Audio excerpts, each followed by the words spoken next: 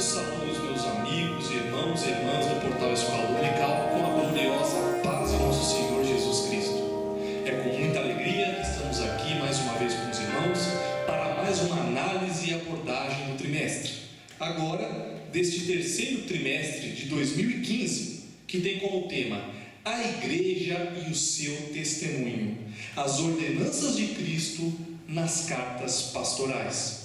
E como os irmãos já estão acostumados, estamos aqui com a nossa equipe de colaboradores do Portal Escola Dominical, que nos ajudará nessa abordagem para que nós possamos falar um pouco com os irmãos sobre os principais temas desse trimestre. Está aqui ao meu lado o pastor José Serafim. A paz do Senhor para todos os nossos amados irmãos. Com alegria e gratidão a Deus, estamos aqui para mais uma abordagem, ou seja, um comentário de alguns temas que serão discutidos nesse trimestre, já para nos preparar nossos amados internautas para ter o melhor resultado no estudo desse terceiro trimestre. Vamos estudar, como já disse o professor Humberto, a respeito dessas cartas pastorais. Que Deus nos ajude, que possamos ter um estudo maravilhoso e contribuir para o progresso da obra de Deus e o aprendizado da sua palavra. Muito obrigado, pastor José Serafim. Também evangelista Dr. Caramulo Afonso Francisco conosco. Queria cumprimentar os nossos amigos e irmãos do Portal Escola Dominical. É uma satisfação muito grande estarmos fazendo esta análise e abordagem desse terceiro trimestre de 2015. Esperamos poder ajudar os amados irmãos a terem uma visão panorâmica desse trimestre, que será de grande valia para todos nós, e que já alguns que eu já tenho conversado dizem que será às vezes assim uma pedrinha no sapato dos obreiros. Muito obrigado pela presença, irmão Caramuru. Também pastor Alexandre Ferreira aqui conosco. Também desejo saudar os irmãos com a paz do Senhor Jesus, mais uma vez reunidos para estudarmos este importante tema, as cartas pastorais, e também esperamos aí contribuir para o avanço no estudo dos irmãos que vão assistir à análise e abordagem do trimestre.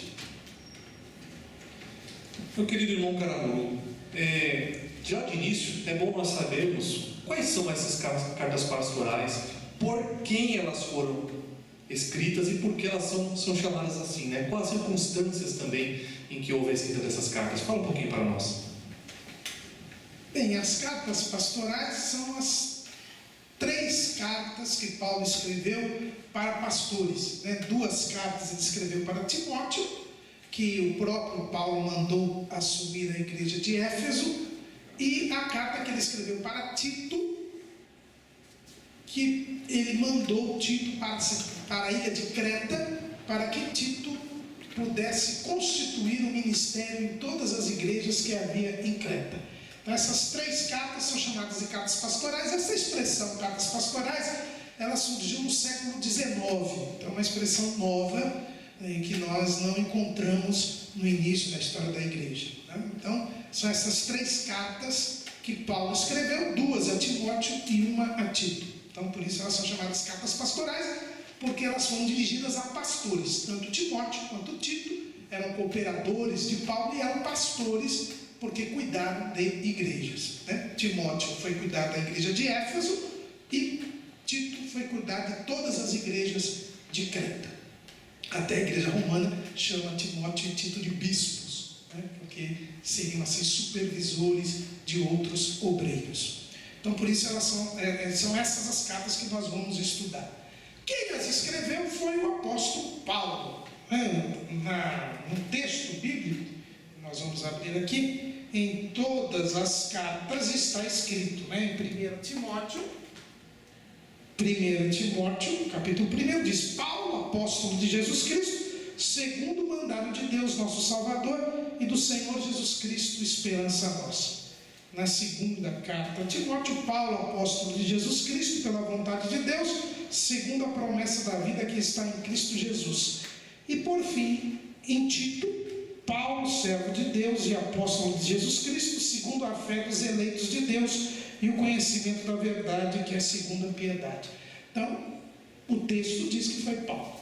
A nossa famosa e já conhecida teologia liberal, que eu costumo dizer que é a teologia incrédula, começaram a questionar a autoria de Paulo, também a partir do século XVIII, século XIX, alegando alguns fatores que não seriam, demonstrariam que o texto, alguém se passou por Paulo. Em primeiro lugar, quando eu vejo sempre estas afirmações, eu vejo o seguinte: só pode partir de alguém que entenda que a Bíblia não é a palavra de Deus, porque não é possível que uma pessoa que se finja ser alguém possa ser um autor sagrado, porque se ele já está mentindo no nome, na autoria, não é possível. Então eu tenho sempre essa ojeriza, na verdade, a esses pensamentos. Mas quais os argumentos que nós encontramos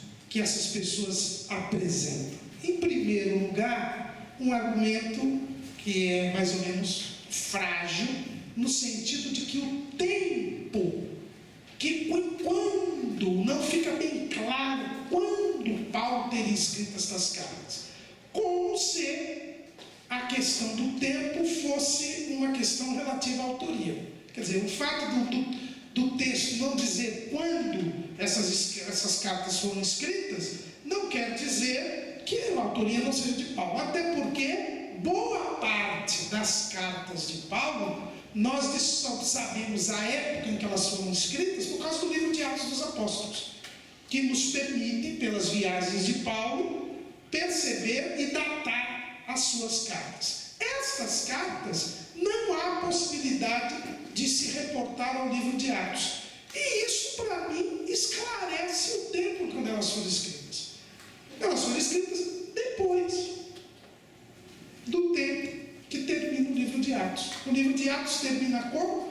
Termina Paulo numa casa alugada, esperando ser julgado em Roma. É assim que termina o livro de Atos. Agora, desta prisão de Roma, Paulo foi absolvido. Como é que eu sei que Paulo foi absolvido? O livro de Atos não fala, porque o livro de Atos terminou antes do julgamento.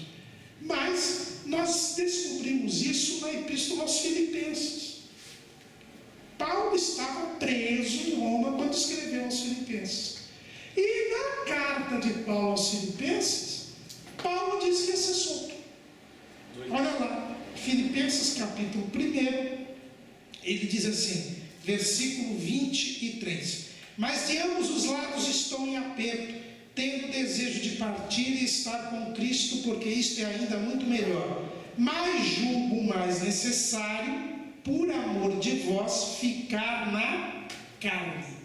E tendo esta confiança, sei que ficarei e permanecerei com todos vós para proveito vosso e gozo da fé. Então Paulo está dizendo claramente que o Espírito Santo lhe tinha revelado que ele sairia da prisão. Leu 2:24. Também, aí eu ia em seguida também o 2:24. Mas confio no Senhor que também eu mesmo em breve irei ter convosco. Então Paulo saiu da prisão. E quando ele saiu da prisão, para onde ele foi? Como ele era crente, e a palavra dele é sim, sim, não, não, ele foi para Filipos, que ele disse que em breve irei ter convosco. Então quando ele foi absolvido, ele foi para Filipos. E Filipos fica onde? Na Macedônia. E o que diz a primeira carta de Paulo a Timóteo? Capítulo 1, versículo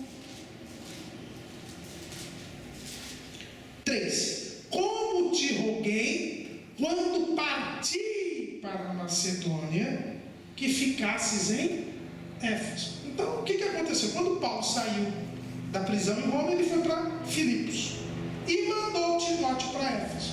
E logo em seguida ele escreve essa carta para Timóteo, porque a missão de Timóteo, que a gente vai ver em outras perguntas aqui, era ir para Éfeso. Então a primeira carta de Paulo a Timóteo foi escrita depois da prisão de Roma. Então essa questão do tempo já foi esclarecida. A segunda carta de Paulo a Timóteo é posterior, é quando ele já está preso de novo. E aí ele foi preso novamente. E nesta segunda prisão, ao contrário do que ele escreveu aos Filipenses, ele diz claramente a Timóteo que iria morrer. Aí o Espírito Santo revelou a ele que iria morrer. Foi a última carta que ele escreveu. E ele escreveu em que época? No reinado de Nero, que é a primeira grande perseguição contra a igreja do Império Romano. A carta a Tito, ela foi escrita na mesma época da primeira carta de Paulo a Timóteo. Porque Paulo diz que ele havia deixado Tito em Creta. Está lá no capítulo 1, versículo 3. Por esta causa te deixei em Creta. Então o que se entende? Paulo, depois que saiu da prisão, ele foi para Filipos. Depois que visitou os irmãos de Filipos, muito provavelmente ele foi para a Espanha, como era o desejo dele quando ele escreveu a carta aos Romanos. Depois ele voltou, foi com Tito para Creta, depois foi para a Ásia, onde em Troade ele deve ter sido preso e levado de volta para Roma. Então essas cartas foram escritas no final do ministério de Paulo, depois da sua absolvição, quando ele foi preso pela primeira vez, nas acusações religiosas contra ele, e isso esclarece. Outro argumento do tempo, então desfaz esse argumento. O outro argumento é o argumento de que existem muitas palavras nas cartas de Timóteo e de Tito que não estão em nenhuma outra epístola de Paulo.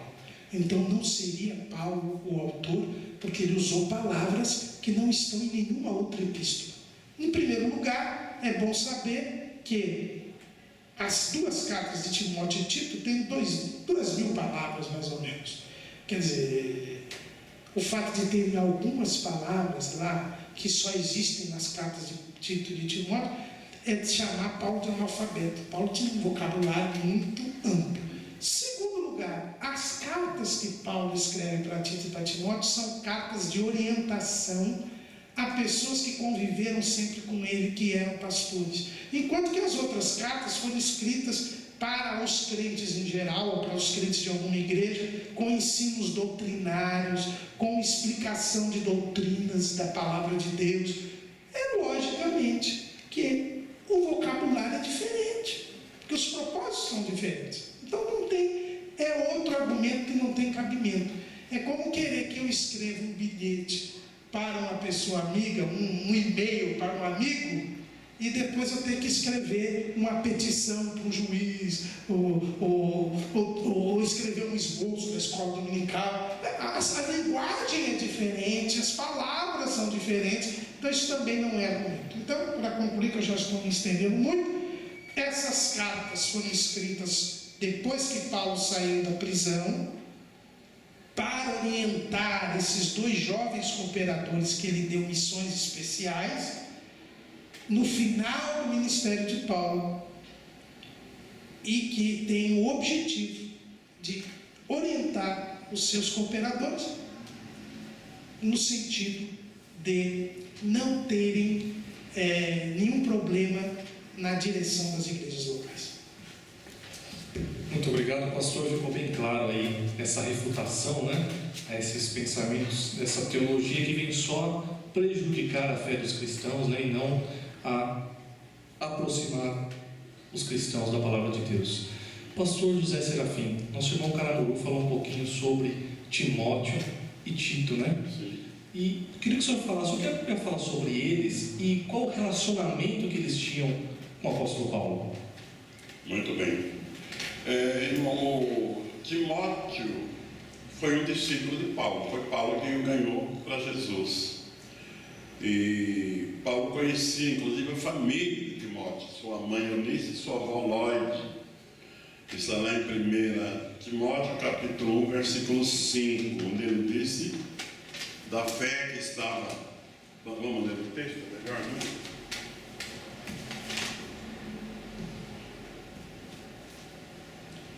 Capítulo 1, versículo 5.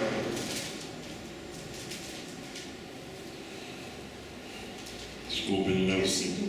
É 2 Timóteo. Segundo Timóteo. Obrigado. 2 Timóteo. 1 e 5. assim: trazendo memória a fé não fingida que há em ti, a qual habitou primeiro em tua avó Lóide e em tua mãe Eunice, e estou certo de que também habita em ti. Então Paulo tinha um relacionamento até com a família de Timóteo.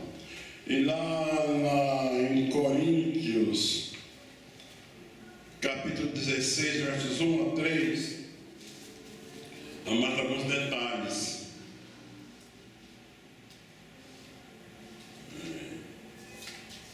Aliás, perdão, lá em Atos dos Apóstolos, capítulo 16, versos 1 a 3.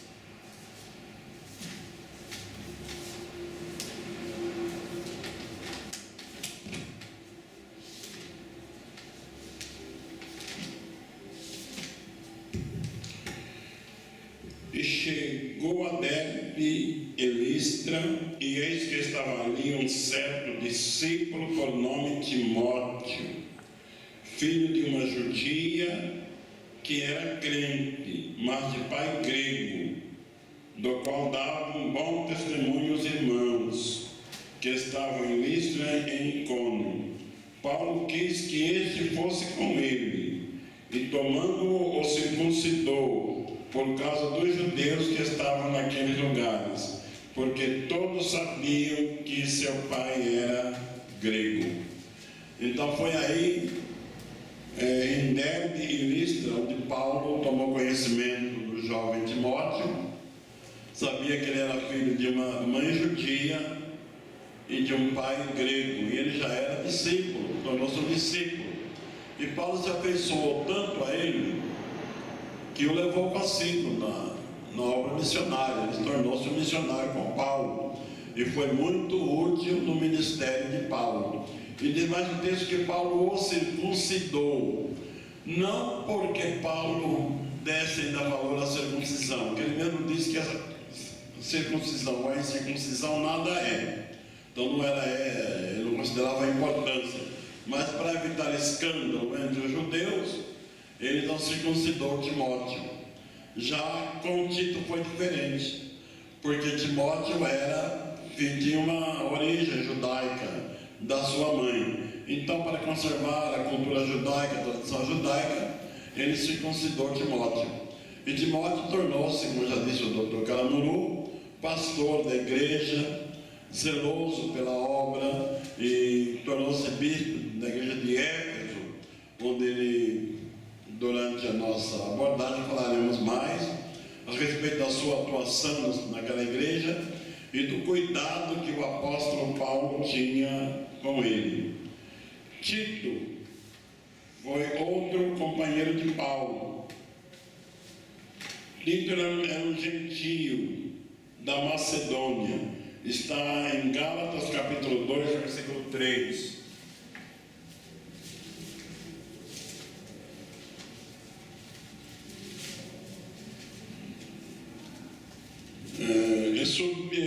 Vamos ler verso 2 e 3. E subi por uma revelação e lhes expus o evangelho que prega entre os gentios, e particularmente os que estavam em estima, para que de maneira alguma não corresse ou não tivesse corrido em vão. Mas nem ainda Tito, que estava comigo, sendo grego, foi constrangido a circuncidar-se. E isso por causa dos falsos irmãos que se intrometeram e secretamente entraram a espiar a nossa liberdade que temos em Cristo Jesus, para nos porem em servidão. Então Tito tornou-se seu companheiro também, companheiro de Paulo na sua obra missionária. E Tito não tinha origem judaica, ele era gentio. Por isso Paulo não permitiu que ele fosse circuncidado, apesar de uma pressão que sofreram, como Paulo disse, de falsos irmãos que espiavam a liberdade que eles tinham. Mas Tito tornou-se um grande colaborador de Paulo, e ele foi um dos delegados que participou da reunião no capítulo 15 de Atos, daquele concílio em Jerusalém. Está em Gálatas capítulo 2, versículo 1. Depois passamos 14 anos, subi outra vez a Jerusalém com Barnabé, levando também comigo Tito. Então Tito participou daquela reunião e foi um dos que levou a mensagem da decisão dos apóstolos. E futuramente, na continuação, falaremos a respeito da sua atuação na igreja e do cuidado que Paulo tinha com ele e das orientações que passou. Ele também teve luta, também teve dificuldade, mas tinha o apoio do grande amigo, o apóstolo São Paulo, grande amigo e mestre, o apóstolo São Paulo, que o orientou, e nós sabemos que ele até bem velhinho, esse Tito bem velhinho, ainda cuidava das igrejas. Então ele fez um nome, foi usado maravilhosamente por Deus e trouxe um aprendizado do apóstolo São Paulo, cujo aprendizado nos transmite até hoje. Verdade, pastor. E o senhor estava falando sobre as cartas e eu lembrei de algo que é importante a gente ressaltar, porque a gente vê muito nos nossos dias hoje, e às vezes um erro a se referir a um livro bíblico, né? Às vezes nós vemos muitos professores falando primeiro de Timóteo, né? Mas é a primeira carta de Timóteo, né? Nós falamos primeiro quando nos referimos a um livro, né? Mas primeira quando nos referimos às cartas. Então é bom os professores estarem atentos aí nesse trimestre quando forem se referir, né, às cartas pastorais. Alberto, não só os professores, mas os pregadores, né? Os pregadores. Vamos ler aqui em 1 Reis, vamos ler aqui em 1 Crônicas. Em 1 Crônicas a gente tem que passar, né? Não fala. É o primeiro livro de Crônicas, né? E na primeira, como está dizendo o professor Humberto, é para as cartas, para as epístolas, a primeira e a segunda, não para o livro, né? Mas isso deve ser professor de escola dominical, não é pregador também, viu? É porque a escola dominical a gente sabe que ela começou assim, né? Ensinando. E outra coisa, primeira a Timóteo, às vezes eu vejo, primeira de Timóteo escreveu muito. Verdade, bem lembrado. Agora, pedir para o nosso irmão pastor Alexandre entrar um pouquinho, agora na primeira carta de Timóteo, irmão. Fala um pouquinho para nós, ou a Timóteo, pode ficar com o senhor. Fala um pouquinho para nós, para você ver, né, que é um costume que a gente tem que combater, né? Então, fala um pouquinho para nós sobre o conteúdo dessa primeira carta a Timóteo e também quais circunstâncias que ela foi escrita. As circunstâncias, o Dr. Caramuru, na sua resposta, ele já deixou bastante esclarecido aí a questão do tempo. Nós podemos acrescentar alguma coisa nessa questão, que o argumento mais forte, realmente, o argumento mais forte que eles usam são esses dois, né? A questão do tempo e a questão das palavras, né? Fala que o texto grego são 902 palavras e aproximadamente Paulo não aparece nenhuma das que Paulo usava. Mas a primeira carta que Paulo escreve a Timóteo, com certeza foi depois que ele saiu do cárcere, que o livro de Atos dos Apóstolos termina, e ele manda essa carta para Timóteo, que estava em Éfeso, uma igreja que ele ficou mais tempo, ele ficou aproximadamente 3 anos nessa igreja, na igreja de Corinto ele ficou 1 ano e meio. Então nós podemos observar no livro de Atos dos Apóstolos que ele tinha um carinho muito grande por essa igreja, porque quando ele vai subir para Roma, e o Espírito já tinha revelado que ele seria preso, lá ele manda chamar quem? Manda chamar os anciões de Éfeso para se despedir dele ali na beira da praia, e nesse discurso ele fala que no meio deles se levantariam lobos devoradores, né? E passados 5 anos realmente começou a aparecer esses lobos devoradores. Por isso o apóstolo escreve essa carta para Timóteo, justamente para isso, né? Para combater as heresias, para instruir os irmãos como devem andar dentro da casa de Deus. É um texto muito interessante. Agora, o conteúdo da carta, as cartas de Paulo, aproximadamente, todas elas, inclusive está na lição, elas sempre acompanham uma mesma forma, né? Ele sempre começa com uma saudação, né? Ele sauda, inclusive eu aprendi recentemente com o nosso querido doutor, que nessa saudação que Paulo dá para Timóteo e para Tito, nós temos ali as 3 coisas essenciais que precisamos na vida espiritual, que é a misericórdia, a graça e a paz, né? É nessas cartas que ele sauda dessa maneira, né? Depois nós temos as qualificações ministeriais, o que o ministro precisa ter e o que não precisa não ter para ser um ministro do Evangelho, né? Alerta contra os falsos mestres e as falsas doutrinas. Ele dá muita ênfase contra os falsos mestres e as falsas doutrinas. Inclusive, um dos motivos por eles refutarem essa carta ser escrita por Paulo, os teólogos liberais e os mais novos, é justamente isso, que o que Paulo estava combatendo nas cartas era justamente a doutrina de Marcião, do final do século II. Por isso que eles se apegam que tudo que Marcião pregava, e ele também refutou as cartas, ele refutou a primeira, a segunda e a de Tito, e só aceitou a de Filemão, né? Justamente por isso, porque os ensinos de Paulo nessas cartas refutavam justamente o ensino de Marcião, que ficou conhecido como marcianismo, né? Então, por isso que esses teólogos liberais entendem que não foi Paulo que escreveu, porque bate certinho com a doutrina de Marcião. Mas ele alerta contra os falsos mestres ali, falsas doutrinas, né? O cuidado com a sã doutrina. Paulo tinha um cuidado. Nós separamos alguns textos para a próxima pergunta, né? Que nós vemos que Paulo ele enfatiza a Timóteo a guardar essa doutrina, a guardar o bom depósito que foi confiado para ele, né? E por último, o comportamento e o conselho de diversos grupos dentro da igreja. Nessa carta nós vemos orientação ali, o apóstolo dando uma orientação para Timóteo, para como tratar com as jovens, como tratar com os velhos, como tratar com as viúvas, né?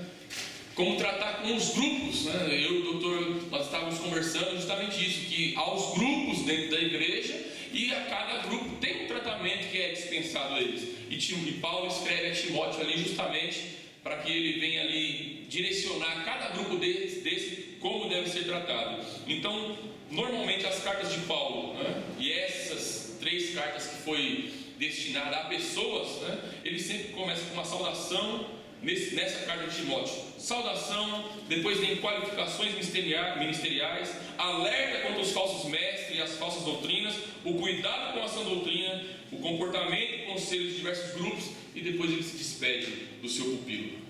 Mais ou menos isso. Muito obrigado, meu querido. Eu achei interessante o irmão falando sobre a saudação, né, que Paulo faz a Timóteo, e ele chama de filho, né? Depois vai além, né? O filho amado. Hoje em dia, se você chamar alguém de irmão, você às vezes é repreendido, né? Irmão não, pastor. Então, a simplicidade das cartas pastorais de Paulo, o carinho, né? Isso eu acho bastante importante que nesse trimestre nós devemos também ressaltar. Eu queria repetir a pergunta que eu fiz para o pastor Alexandre e para o nosso irmão Caramuru. Claro, pastor, por favor. O pastor Alexandre mencionou o ensino de Paulo no trato com as pessoas da igreja. Isso é muito bom ficar ressaltado e os professores lembrar bem disso nas escolas dominicais, e os obreiros, pastores principalmente, levar isso muito a sério, porque alguns tratam uma menina de 15 anos como uma senhora de 60, né? É diferente, até a linguagem é diferente, a forma de comportamento é outra. Eu já vi meninas, o pastor dizia, olha para a irmã fulano, uma menina de 15 anos, vê como que uma irmã de 60 penteia o cabelo para ela pentear igual. Não dá certo, não funciona. É tratar um menino de 15 até 18 anos como um ancião de 60, 70 anos. A linguagem dele, o costume dele é diferente. Então, essa recomendação, alguém fala, não, isso é modernismo, não é. Já o apóstolo São Paulo aconselhava Tito e Timóteo a tratarem os crentes de maneira diferenciada, de acordo com a sua idade, com a sua condição.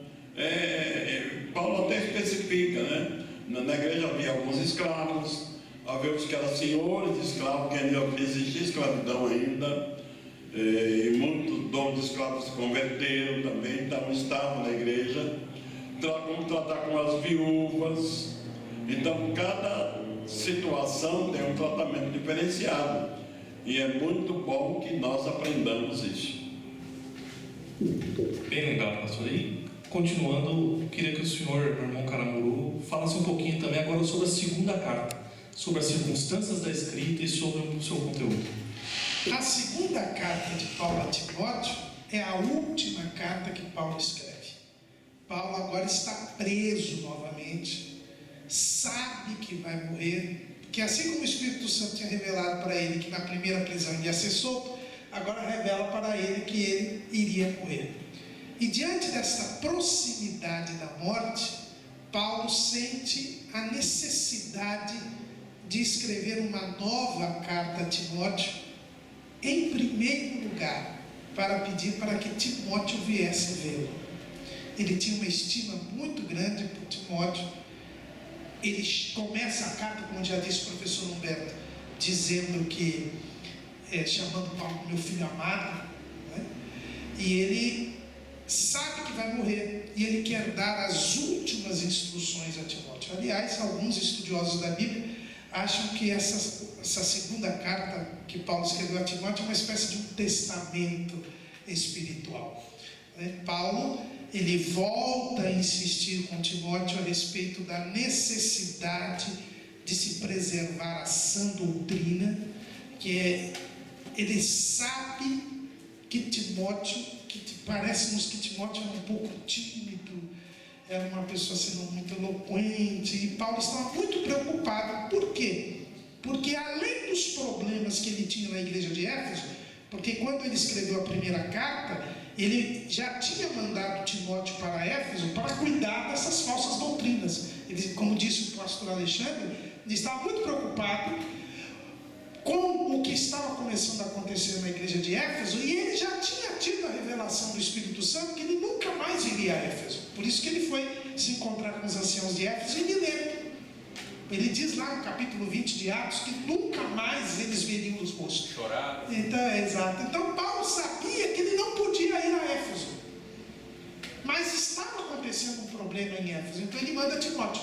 Quer dizer, ele manda Timóteo para assumir a igreja, um jovem pastor que chega lá com uma espécie de intervenção e assume a igreja. Então, naturalmente que muitos obreiros não ficaram contentes, principalmente aqueles lobos devoradores que estavam lá. E agora ele sabia, além desse problema, Paulo agora tinha sido preso, estava começando a primeira grande perseguição romana contra a igreja. Então Timóteo, ele ficou preocupado com Timóteo, ele já estava com uma espécie, desculpa a expressão aqui, uma expressão popular, já estava com uma bucha, que era cuidar dos hereges em Éfeso. E agora vem uma grande perseguição. E Éfeso era uma grande cidade do Império Romano. E Paulo temeu que Timóteo pudesse fraquejar. Então ele escreve esta carta. Primeiro para dizer para Timóteo, eu vou morrer. E você também tem que estar disposto a morrer. Você tem que cumprir o seu ministério. Não é porque tem perseguição, não é porque tem problemas externos e internos na igreja que você deve deixar de pregar a palavra. É para isso que ele escreve. Mas ele também mostra toda a sua humanidade. Ele não era um super-homem. Ele diz, olha, eu estou sozinho, só Lucas está comigo, Demas me largou. O Alexandre Latueiro, que muitos entendem que foi ele que denunciou Paulo para o governo romano, e aí ele foi preso. Paulo diz até que fala das lágrimas de Timóteo. Isso dá a entender que quando Paulo foi preso, talvez Timóteo estivesse lá e chorou, e Timóteo viu o apóstolo indo embora, sendo preso, e Paulo então procura dar estas últimas instruções a Timóteo para que ele se firmasse na direção da igreja, não abrisse mão da doutrina apesar da perseguição e apesar das heresias. Mas também Paulo diz, me vem ver, que eu quero te ver pela última vez.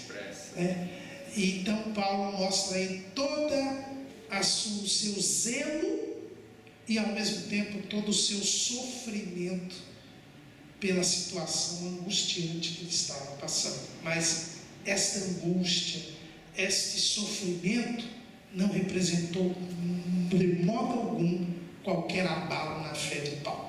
E é por isso que quando nós lemos essa epístola, nós aprendemos como lidar com o sofrimento desta vida sem ter abalada a fé.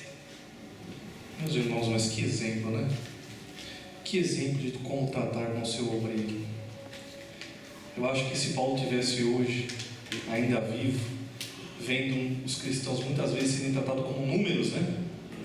Com quantidade, mas ele vai lá e trata individualmente do seu obreiro com carinho, né? Eu acho que essas lições vão ser de grande importância para a igreja dos nossos dias.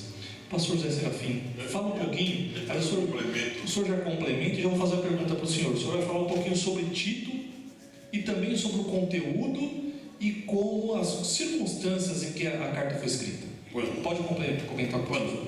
O doutor Calamuru argumentou muito bem a respeito da preocupação do apóstolo de São Paulo. Como seria bom se todos nós, obreiros, colocássemos como prioridade a obra de Deus e nós em segundo lugar, não é? Paulo estava sofrendo perseguição, humilhação, mas a sua preocupação é com a conservação da sã doutrina.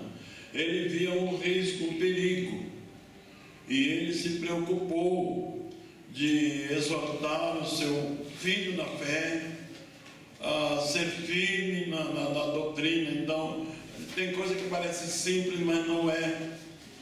E nós hoje em dia não estamos em situação muito diferente, não. Quanta falsa doutrina nós estamos vendo e quantos crentes se deixando levar por elas. Então há grande necessidade de se enfatizar, aproveitar bem esse trimestre para chamar a atenção dos nossos irmãos. Isso pode ser falado não só nas escolas, mas nos cultos à noite, onde muitos não vêm na escola, mas vêm no culto à noite, para ouvirem a respeito da necessidade da preservação da sã doutrina. E outra coisa que me chama a atenção, ao doutor Câmara e irmãos, é o pedido de Paulo: você vem antes do inverno, traga a capa, fazer frio, né? Queria estar protegido. E ele diz: me traga os livros e o pergaminho. E isso me impressiona muito. Porque eu vou morrer, não vou mais ler, não. Vou morrer. Para que ler? Mas parece que até a hora que o Carrasco foi buscá-lo na cela, ele disse: deixa eu guardar meu livro primeiro. Estava lendo. É um grande ensino, não é? Que em vez de ver tanta televisão e navegar tanto na internet, leia a palavra de Deus e leia livros de instrução, de orientação, de escritores recomendados, que nós possamos confiar naquilo que ele escreve. Mas o obreiro tem necessidade sim de uma vida de consagração e de uma vida de constante leitura da palavra de Deus e de assuntos relacionados com a palavra de Deus. A pergunta é: qual a circunstância que foi escrita a carta de Paulo a Tito e qual o seu conteúdo? Assim que Paulo escreveu a primeira carta a Timóteo, já escreveu a primeira carta a Tito, ainda em liberdade, né? Porque ele foi preso exatamente depois, quando já escreveu a segunda carta a Timóteo. E onde estava Tito? Estava na igreja de Creta, na Macedônia. Ele foi mandado por Paulo para aquela cidade para pôr as coisas em ordem.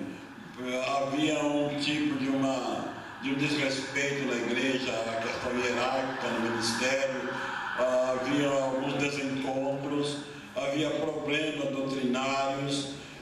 No capítulo 1, versículo 10, se não me falha a memória, da carta a Tito, é isso mesmo, capítulo 1, versículo 10. Vamos ler.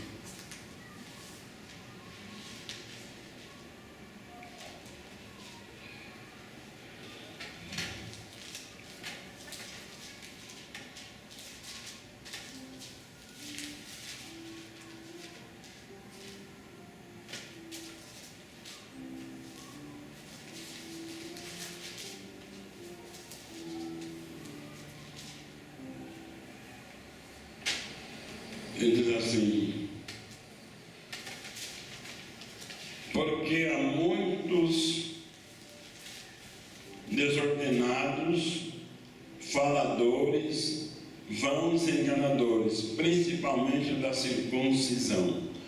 Parece que esse tipo de pessoa estava resistindo ao ensino dado por Tito e querendo introduzir na igreja heresias. E Paulo então chama a atenção de Tito para que ele use de autoridade e ensine a palavra com autoridade. Ele tinha autoridade, porque o apóstolo Paulo foi fundador das igrejas, um homem de uma reputação inigualável. E Tito estava lá endossado pelo apóstolo, enviado pelo apóstolo Paulo. E ele havia alguém que o resistia. Então não é coisa do nosso dia não é? Ter contradizente na igreja e ter gente que gosta de contenda, já havia naquela época. E parece que os cretenses, o pessoal de Creta, eles eram um lugar mal afamado nessa área, não é? Segundo os certos poetas, disse que os cretenses eram como bestas feras, mentirosos e etc. Né? Pastor, e depois dizem que o homem está evoluindo. Depois que é a evolução, né? Eu não sei aonde. Se evolui do lado, devolve do outro, né? É uma devolução de outro. Mas então havia na igreja de Creta. E Tito encontrou esse problema. Certamente ele se comunicou com Paulo. Olha, o meu pai na fé, olha, o apóstolo Paulo, olha, irmão Paulo, não sei qual era a sua forma de se dirigir ao apóstolo. Certamente de uma forma carinhosa, respeitosa. Mas eu estou encontrando esse problema, assim. Então ele orienta, não, Tito, use de autoridade. Ensina a palavra. Não se preocupe com esses falsos ensinadores, não. Qual era como já disse o professor Alexandre, doutrina de Marcião, tentando entrar nas igrejas. Além disso, existem os judaizantes, que até hoje existem, ensinando os crentes a guardar a lei de Moisés e a ter que observar o Antigo Testamento, a Velha Aliança. E com tudo isso, Tito tinha que enfrentar e ensinar com autoridade. Até no capítulo 11, eu gosto muito, no capítulo 2, versículo 11 a seguir, da carta de Tito, Paulo usa uma expressão muito bonita, muito nossa, né? Porque a graça de Deus se é manifestada trazendo salvação a todos os homens. Então não é a lei, mas é a graça manifestada que traz salvação. É dela que você deve falar, é a graça que você deve pregar para o povo de Creta, tirando ele desse mau costume de ser mentiroso, bestas, feras, violentos, para se tornarem ovelhas, servos de Deus, pessoas que falem a verdade. Então a gente vê que o trabalho de Tito era um trabalho difícil, né? Muito difícil. Ainda bem que é só na época de Tito que tinha isso. Né? Hoje não, maravilha. Mas copiando, olhando o que nosso mundo passado passaram, a dificuldade que enfrentaram, a obra de Deus sempre encontrou e sempre encontrará dificuldade, até Jesus vir. Porque o diabo não dorme e não deixa a obra de Deus em paz. Ele, quando está tudo muito quietinho, é bom dar uma verificada que deve ter coisa errada, né? Porque quando a igreja está realmente dentro da vontade de Deus, Satanás procura de uma forma ou de outra trazer falsa doutrina, falso ensinamento, aborrecimento, jogar uns contra os outros. Mas o que é importante nesses homens de Deus é que, apesar de ter uma autoridade espiritual, ensinar a palavra de Deus com autoridade, mas eles eram amorosos, tratavam as pessoas de forma amorosa, respeitosa. Eu posso não concordar com a doutrina de alguém, eu posso não concordar com o ensino de alguém, mas tratar grosseiramente a pessoa, nós não temos esse direito. Nem Jesus nunca fez isso, ele era meigo, suave, doce, e os homens de Deus seguem o mesmo caminho. E Paulo, a circunstância que existia dentro da igreja, também, como já disse o professor Alexandre, também ensinando Tito a consagrar obreiros, separar obreiros, e ele dá a qualidade das pessoas que deveriam ser separadas para o ministério. Ninguém era consagrado para votar. Ninguém era consagrado para ir na convenção votar para X ou Y. Eram consagrados homens que tinham chamado de Deus para fazerem a obra de Deus. Aí Paulo traz uma série de recomendações. Homens não espancadores, não dados ao vinho, não beberrões. E ele diz uma coisa importante: marido de uma mulher.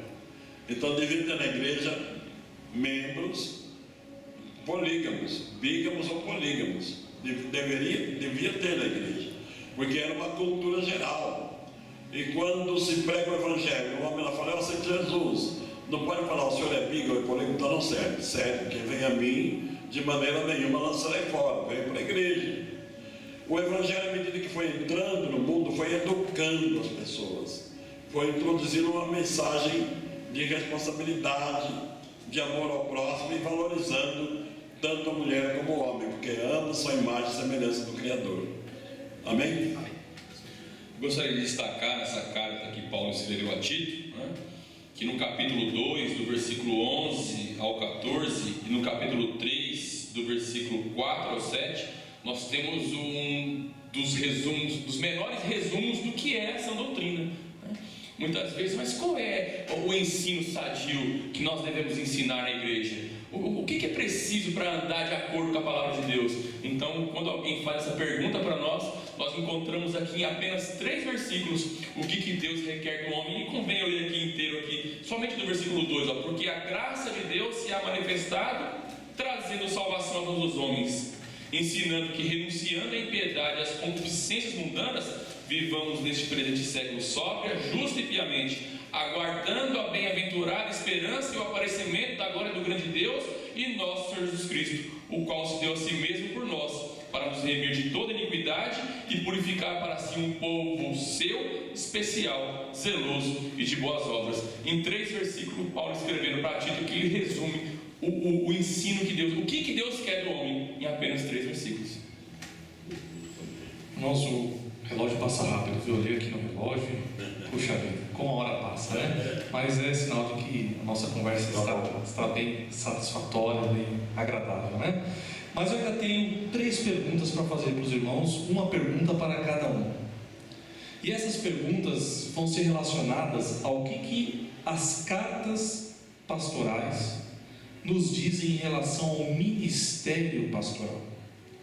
Então, primeiramente, nosso irmão Caramuru, eu queria que o senhor nos falasse, sobre os requisitos. O pastor Zé Serafim deu uma palhinha, mas eu queria que o senhor falasse um pouco mais.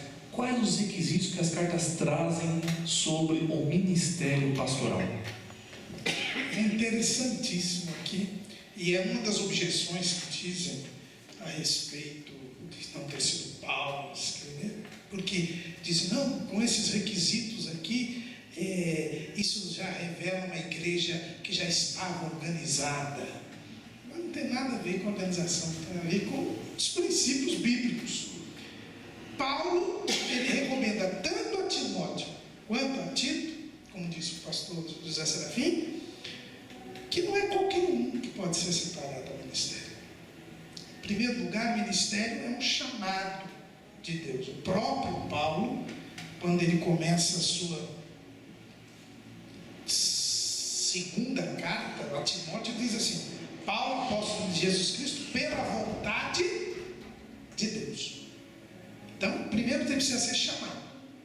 Agora, além de ser chamado, precisa preencher alguns requisitos. Eu acho interessante que hoje em dia todo mundo tem que mandar currículo para arrumar emprego. Não é qualquer um. Hoje, um dos grandes problemas do nosso país hoje é falta de mão de obra qualificada. Se os homens exigem qualificações, Deus iria ser negligente. Deus iria querer qualquer um. E hoje em dia nós temos muitas pessoas que, já que não servem para nada, você é pastor. Mas Paulo é bem claro, tanto a Timóteo quanto a Tito. Na primeira carta a Timóteo, no capítulo 3, e na carta a Tito, no capítulo 1, e há uma semelhança muito grande, até porque as cartas foram escritas mais ou menos na mesma época. Paulo não poderia ser incoerente. Ele diz vários requisitos para alguém exercer o ministério. Que governe bem a sua casa. Primeiro, tem que ser um bom pai de família. Tem que ser marido de uma só mulher. E é interessante, tem esse aspecto que o pastor falou a respeito da monogamia, mas também tem o seguinte: se ele é marido de uma mulher só, é sinal que ele agrada essa mulher, que ele cumpre as suas obrigações, porque senão ele pode até ser um ex-marido de uma mulher. A mulher largou dele. Quer dizer, se ele não cuida nem do vaso fraco que está do lado dele, como é que ele vai cuidar da noiva do cordeiro? Deus está dizendo assim: olha, tem que cuidar bem da sua mulher para cuidar da minha. Também diz que tem que ser apto para ensinar, ou seja, alguém que gosta de aprender. E é um absurdo nós vemos hoje obreiros que não vão à escola dominical. Se não vai à escola dominical, não serve para ser obreiro, porque só é apto para ensinar quem aprende. E quem não quer aprender, não é apto para ensinar. E é uma falha muito grande hoje. Os obreiros são os maiores ausentes das escolas bíblicas dominicais. Mas também a Bíblia diz que ele não pode ser espancador.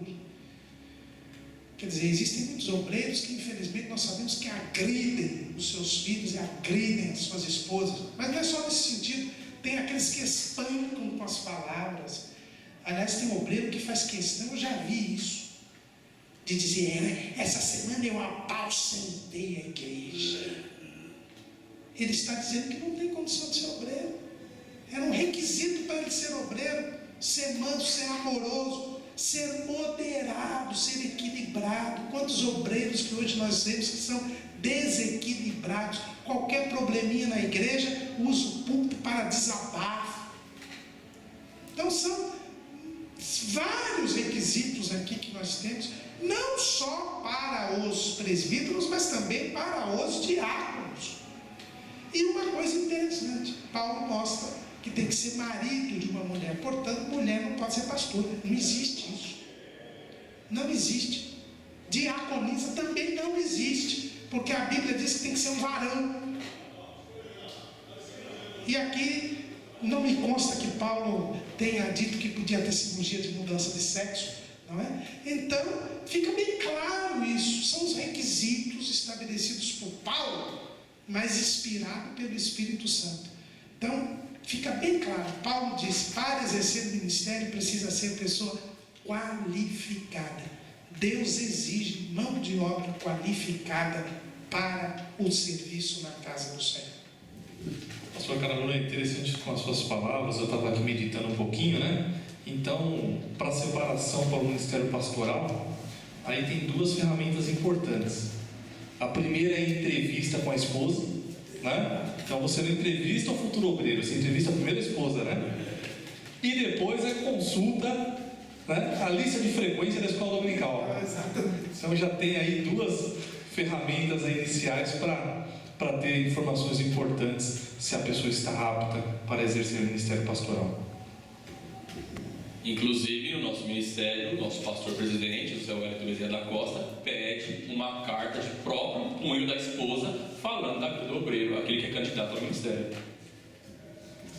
Bom, irmãos, continuando falando sobre o ministério pastoral, o que as cartas nos apresentam em seu conteúdo, eu queria falar um pouquinho com o pastor Alexandre. Nos fale agora sobre a doutrina. O que as cartas pastorais nos falam em relação ao ministério pastoral e à doutrina? Com relação ao ministério pastoral, né, antes de falar com relação à doutrina, nós vamos aprender nesse trimestre, e está na revista, né?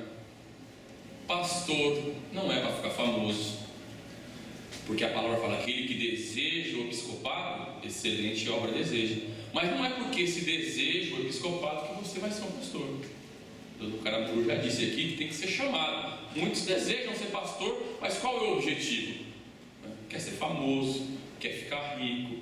E não é para isso que Deus chama pastores, né?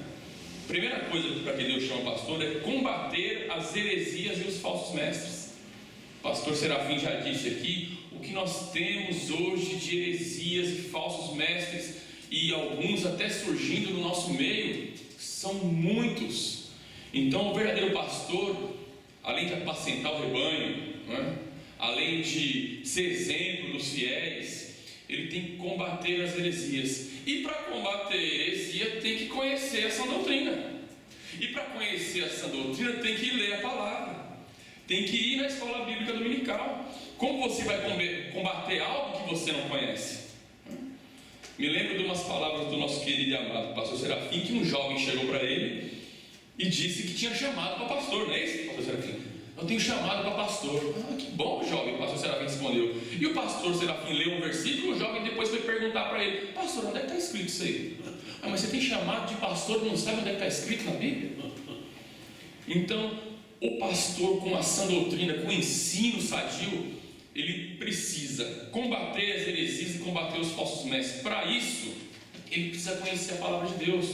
Timóteo, Paulo escrevendo a Timóteo no capítulo 6, versículo 3, ele fala assim, se alguém ensina alguma outra doutrina, e se não conforma com as sãs palavras de nosso Senhor Jesus Cristo, e com a doutrina que é segundo a piedade, então Paulo está falando aqui, se alguém não é conforme as minhas palavras, ou o ensino que eu dei, isso também não serve, tem que combater. Outro versículo aqui, Paulo escrevendo para Timóteo, para os devassos, para os sodomitas, para os roubadores de homens, para os mentirosos, para os perjuros e para os que for contrário a essa doutrina, ou seja, aqueles que ensinam outra coisa, né? Na segunda carta, Paulo escreve para Timóteo assim, porque virá o tempo em que não suportarão essa doutrina, né? Hoje, infelizmente, nós temos visto isso.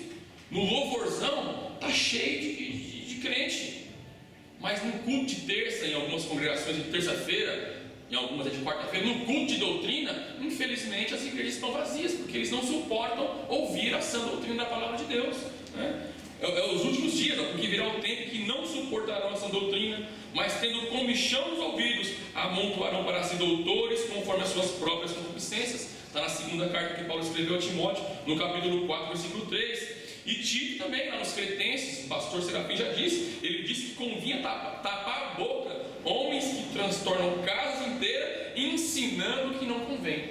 Então, de vários ofícios que o pastor tem, um dos principais é combater a heresia e combater os falsos mestres. Outro, em cima dos estudos que nós estamos fazendo nas cartas de Paulo, nós podemos ter aqui o pastor, com relação a essa doutrina, ele tem que zelar pela própria vida, pela vida das ovelhas do rebanho, através do ensino da doutrina, sendo exemplo no testemunho.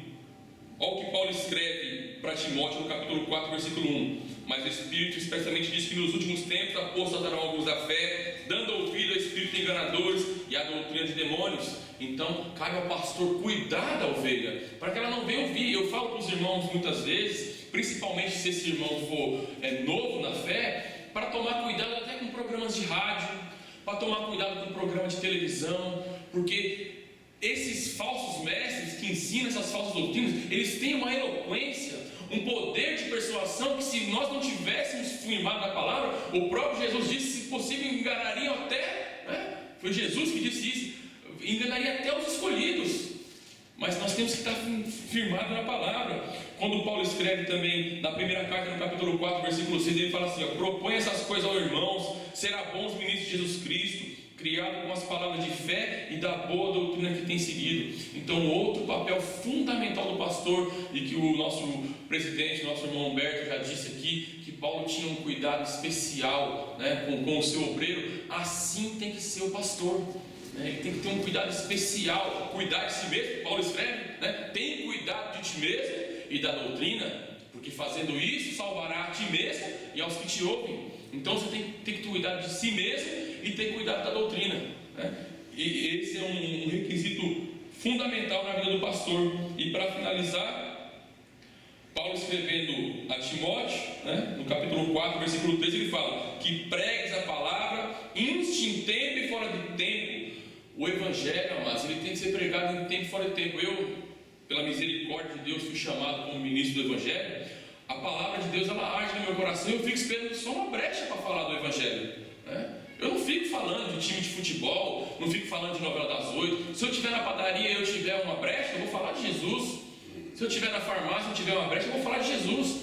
Então essa é a palavra que tem que estar no nosso coração. Então, com relação ao pastor e à doutrina, né, para finalizar, eu quero deixar aqui as palavras que Paulo escreveu para Timóteo, como diz o pastor, que foi como um testamento.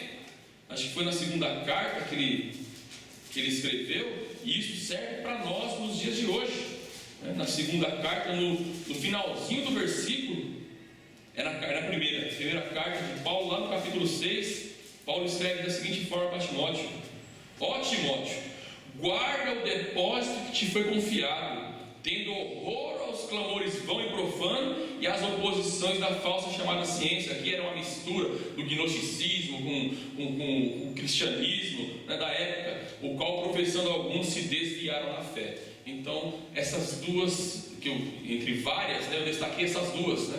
Combater os falsos mestres, combater as heresias, cuidar de si mesmo e da doutrina, sendo exemplo aos fiéis, né? O próprio apóstolo Paulo escreve: fazendo isso, salvará a ti mesmo e aqueles que te ouvem, né? Só uma coisinha. Sim, pastor. Pois não. Lembrando que a expressão sã doutrina só está nas cartas pastorais, né? Essa expressão que só se encontra nas cartas pastorais. E Paulo diz para Timóteo: persiste em ler. Começa ele aprendendo. Aproveitando uma palhinha do que o nosso irmão Alexandre falou, algo que muito me preocupa, irmãos, é o cuidado com a escola dominical. Às vezes os professores são colocados à frente de uma sala e não há um acompanhamento desses professores. Nós lá na congregação temos procurado ter cuidado com isso. Lá nós temos 4 pessoas, eu estou entre elas, né? E nós nos dividimos para cada um estar sempre acompanhando as aulas, vendo o que é ensinado para a igreja. Porque às vezes o professor é colocado lá, não é acompanhado, não é respaldado, né? E acaba às vezes ensinando heresias, né? Porque a internet está aí, um mecanismo muito fácil de informação, não é? E as heresias podem chegar, principalmente aos pequeninos, né? Porque depois que começa mal é difícil você consertar depois, né? Então nós temos que ter esse cuidado. Lá nós procuramos qualquer material visual que for apresentado à igreja, antes tem que passar pela superintendência para aprovação, né? Não porque se desconfia do professor, assim por diante, não, isso é um cuidado que procuramos ter, né? Sempre exemplo do nosso pastor com tudo aquilo que é ensinado na igreja. Complementando isso que o senhor falou, eu lembrei de uma frase que eu li esses dias: é mais fácil você enganar uma pessoa do que depois mostrar para ela que ela foi enganada. É mais fácil você convencer e enganar uma pessoa, depois que ela está enganada, é mais difícil você convencer que ela foi enganada. Pastor José Serafim, vamos terminar com o senhor, né? E uma pergunta também bastante importante, né? Sim. Nós falamos aqui sobre os requisitos, nós falamos sobre a doutrina, né? E vida devocional. Tem que ter no ministério pastoral, pastor?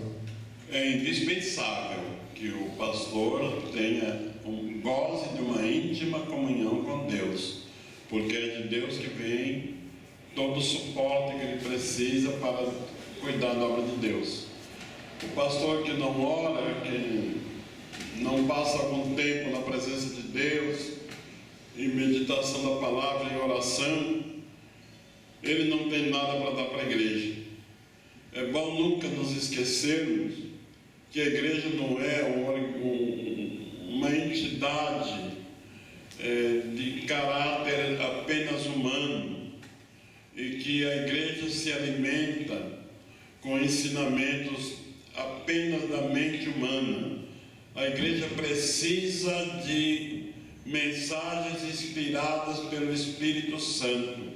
A igreja precisa de ensinamentos baseados na palavra de Deus, não em textos isolados, mas no contexto. Então, a vida devocional do pastor é indispensável que ele se aplique muito à leitura da palavra, que ele procure livros de autores de confiança para ele se fortalecer. Graças a Deus nós temos no nosso meio muitos escritores de confiança que podemos ler seus comentários e aprender bastante. E o principal que eu quero ressaltar, amados irmãos, amados telespectadores, é que o pastor Paulo diz que dê por exemplo, ele deve ser modelo. A nossa expressão é essa: irmão, olha para o homem, não olha para Jesus. Mas não é bíblico, não. A Bíblia manda olhar para Jesus em modelo de perseverança. Quando o escritor aos Hebreus fala, olhando para Jesus, autor e consumador da fé, o qual, pelo gozo que estava proposto, suportou a cruz, desprezou a afronta. É o capítulo 2 de Hebreus. Então, 12. Muito obrigado, muito obrigado. Capítulo 12 de Hebreus, 12. Então é a necessidade dos crentes olharem para Jesus em modelo de perseverança, de suportar as provações, de não se deixar abalar, como Jesus não se abalou. Jesus tinha um alvo. Qual era o alvo de Jesus? Era salvar os pecadores. E para salvar os pecadores, ele tinha que atravessar aquele período de tribulação, de afronta, de angústia, de humilhação, até a morte. E depois que ele passa do outro lado, a vitória está na sua mão. Aí diz Isaías 53:10: e o bom prazer do Senhor prosperará na sua mão. Ele verá o trabalho da sua alma, o meu servo justo, e se alegrará. Então é nesse aspecto que os crentes devem olhar para Jesus. Mas em modelo de vida tem que olhar para o pastor. Por isso Paulo diz: te dê por exemplo. Para o crente olhar, meu pastor age assim, e eu posso copiar a sua maneira de agir, porque ele é um homem de Deus. É esta uma obrigação do pastor. 1 Coríntios capítulo 11, versículo 1, Paulo diz: sede meus imitadores. Para imitar eu tenho que conhecer, tenho que olhar, tenho que ver como que ele procede. Isso é um dever dos crentes. E Paulo diz: porque eu Cristo. Outro detalhe que é recomendável ao pastor é ser pastor. O pastor não tem cheiro de gabinete, o pastor tem cheiro de ovelha. Porque tem pastor que os crentes não têm acesso a ele. Ele chega com a balinha 007, tem uma porta secreta, entra no gabinete, de lá já sai para cima do púlpito. Quando os crentes estão orando, ele manda um presbítero da mesa apostólica, já sai pela portinha do sono também, e os crentes nem vê esse pastor. Passa tempo e tempo e não pode nem sequer cumprimentar o pastor. O pastor tem que estar no meio das ovelhas. O pastor tem que atender os crentes. E eu quero dizer que quanto mais humilde e mais simples, mais atenção e mais carinho. Aquele que já tem uma vida boa, aquele que já tem um carrão e tem muito dinheiro, ele não é tão carente. Mas aquele pobrezinho que só de apertar a mão do pastor ele se sente realizado, precisa de atenção. Isso é serviço de pastor. E outra recomendação que o professor Alexandre mencionou, e é importante, quando Paulo diz: fazendo isso, tendo cuidado da doutrina, cuida de ti mesmo e da doutrina, para que não aconteça que salvando os outros te percas a ti mesmo. Então é um perigo. Qual é o perigo aí? É o perigo do sexo oposto, né? O pastor é muito procurado por mulheres carentes, precisa de orientação da sua vida íntima, dos seus problemas familiares. E isso daí eu considero um problema muito sério, porque nem sempre o pastor pode estar com a esposa. Então evita ficar num lugar isolado, ainda que não seja que a confissão da irmã não seja ouvida por todos, mas um lugar que tenha visão, visualidade. Não é bom se fechar no gabinete sozinho com a irmã, porque ele é um homem. Prudência, né, pastor? E temos visto muitos pastores terem problemas sérios nessa área, não é? Então é a recomendação de Paulo: cuidado para que salvando os outros, não te percas a ti mesmo. Muito obrigado. Só essa questão de pastor tem cheiro de ovelha, eu ia falar na minha resposta, mas agora que eu lembrei, né? Quando foram prender Jesus, está no Evangelho que João escreveu, no capítulo 18, no capítulo 18, versículo 4, Jesus fala assim: sabendo, pois, Jesus todas as coisas que sobre ele havia de vir, adiantou-se e disse: a quem buscais? Respondeu-lhe: a Jesus o Nazareno. Ou seja, ele estava no meio das ovelhas, era igual às ovelhas, cheirava a ovelha que nem distinguia quem que é o mestre e quem que é a ovelha. Se confundia com elas. Meus irmãos, eu quero agradecer a presença de vocês, de cada um, a participação. Estamos aqui mais uma vez no dia de semana. Não foi fácil chegar até aqui, mas Deus nos abençoou e pudemos conversar um pouquinho, gravar esta abordagem, e desejamos que sirva de bênção para a vida dos irmãos, dos internautas, frequentadores do portal Escola Dominical. Continuo orando por esse trabalho, tem sido cada vez mais espinhoso, as dificuldades são grandes, mas Jesus sempre tem nos ajudado e nos dado uma saída para os problemas que têm surgido.